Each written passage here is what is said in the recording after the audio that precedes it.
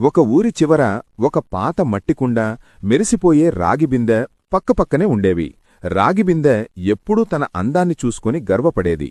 నేను బంగారంలా ఎంతలా మెరిసిపోతున్నానో చూడు, నువ్వు మాత్రం నల్లగా అందవిహీనంగా ఉన్నావు. నీకు నా అంత విలువ లేదు అని కుండని ఎప్పుడూ హేళన చేసేది. మట్టికుండ మాత్రం చిరునవ్వుతో ఎవరి ప్రత్యేకత వారిదే మిత్రమా, గర్వం పనికిరాదు అని చెప్పి ఊరుకునేది. కొన్నాళ్లకు భయంకరమైన ఎండలు అంటే వేసవికాలం వచ్చాయి. ఎండవేడికి రాగిబిందె కూడా వేడెక్కిపోయింది. దానిలోని నీళ్లు తాగలేనంత వేడిగా మారాయి. దాంతో ఎవ్వరూ రాగిబిందె వైపు కనీసం చూడలేదు. కాని మట్టికుండ మాత్రం తన స్వభావంతో నీటిని చల్లగా ఉంచింది. దాహం వేసిన ప్రతి ఒక్కరూ మట్టికుండ దగ్గరికే వచ్చి ఆనందంగా నీళ్లు తాగారు. అప్పుడు రాగిబిందెకు అర్థమైంది, బయటి మెరుగు కంటే ఇతరులకు చేసే ఉపకారమే గొప్పదని. ఆ రోజునుండి మట్టికుండను గౌరవించడం నేర్చుకుంది. నీతి: రూపం కంటే గుణం మిన్న.